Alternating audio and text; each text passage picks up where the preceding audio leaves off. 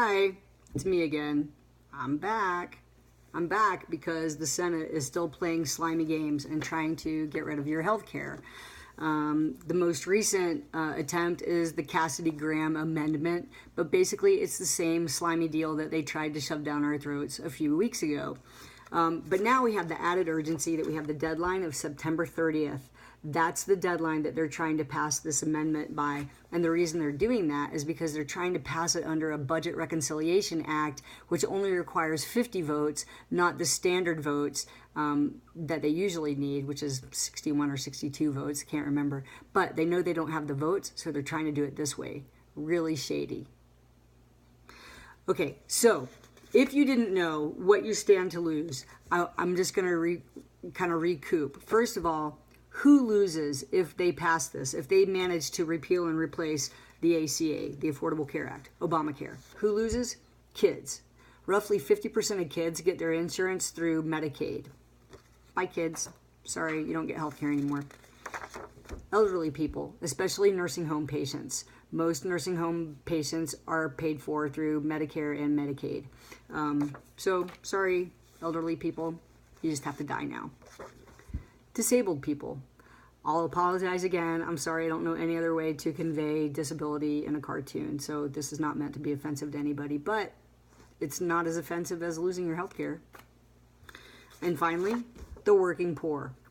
Specifically, the people of the state of Kentucky. The state of Kentucky, home of Mitch McConnell, Senate Majority Leader, underwent the greatest single-state Medicaid expansion of the entire country under the Affordable Care Act. Mitch's state benefited the most by the Affordable Care Act, and they will suffer the most when we cut Medicaid, which is what we're going to do if they pass the Cassidy-Graham Act. So, to recoup, who loses? Everybody except Congress and rich people. That's right. The senators, the congressmen, were really smart when they drafted the ACA. And in the ACA, there is an exemption that prohibits them from having their health care repealed if they manage to repeal and replace Obamacare. So even though they're going to yank it away from you and me and from Billy and Cindy and the elderly people and the poor people and the disabled people, they're going to keep their health care and we're going to keep paying for it. That's an awesome deal. And who else doesn't lose? Rich people.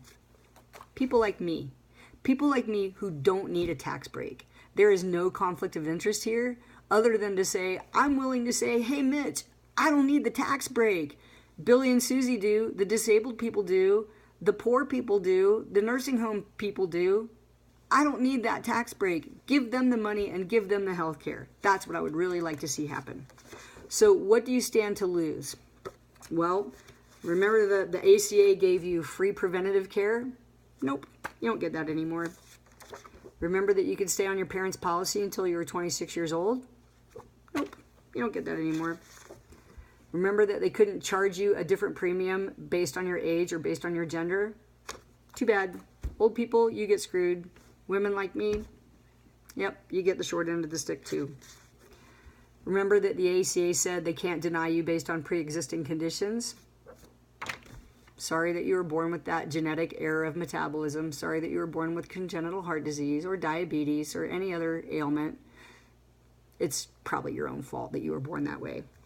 The good news is, under the ACA, there were no lifetime caps because they understood that when you have those genetic problems or those inborn errors of metabolism, that you don't ever get over them and you continue to need health care for your entire life. And so they gave us no lifetime caps.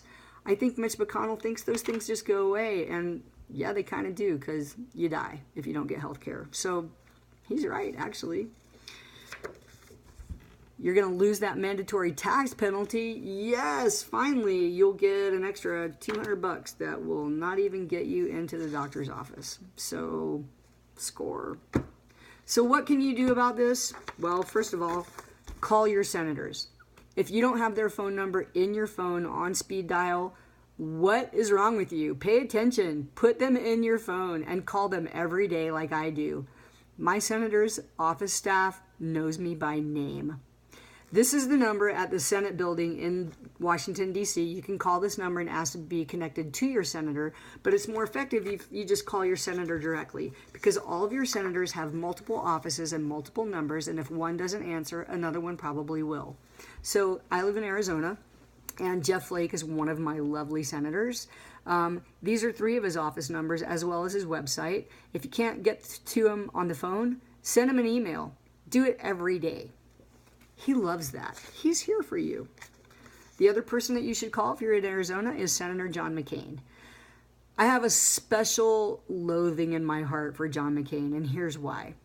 I am so sorry that he has a brain tumor. It's horrible. I wouldn't wish it on anybody, but he does. And he gets his health care through the Affordable Care Act, because members of Congress are required to get their insurance through the Affordable Care Act. But conveniently, he doesn't lose his health care when he repeals and replaces it for everybody else. So while he has a brain tumor, he has health insurance paid for by you and me, and he's going to take it away from you and me. Wow, that sucks. So call him or go to his website and send him an email. And I can tell you that his office hardly ever answers. So you're better off just going to the website and sending him an email. But do it every day, because they like to hear from their constituents, I promise. Call your governor. Now, importantly in Arizona, you definitely need to call your governor. Our governor is Arizona our favorite Doug Ducey.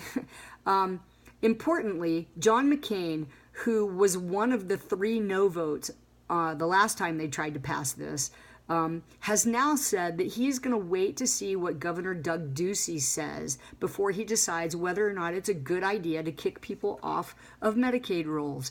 In Arizona, we underwent Medicaid expansion under the Affordable Care Act in about 2011, and we expanded coverage to 500,000 people. So those 500,000 people are going to get kicked off the rolls. Importantly, you need to know what federal poverty level is. So federal poverty level for a single person is about $15,000 a year. For a family of 4, it's $24,600. Under the ACA, they let us give Medicaid to people who earned even above Medicaid or above federal poverty levels.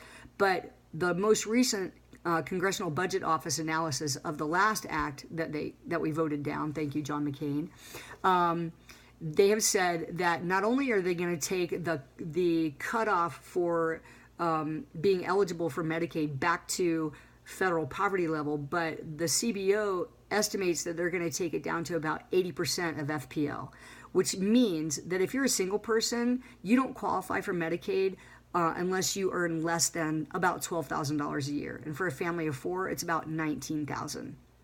I don't know how the hell they think anybody's going to afford health care. Oh, wait, you're not. You're just going to show up at the hospital and ask for the hospital to give you health care. And sadly, many rural and small community hospitals are going to close because those hospitals are dependent on Medicaid dollars as well.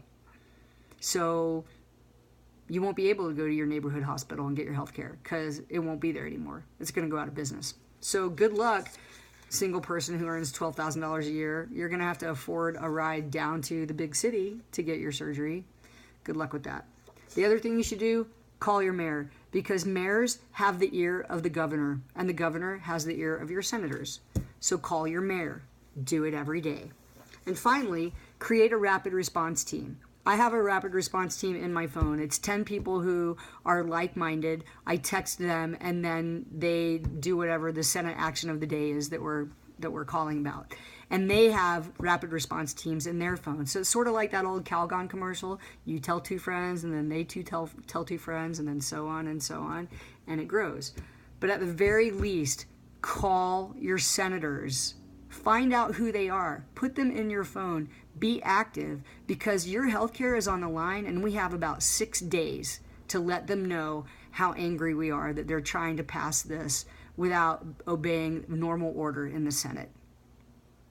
Okay, get going.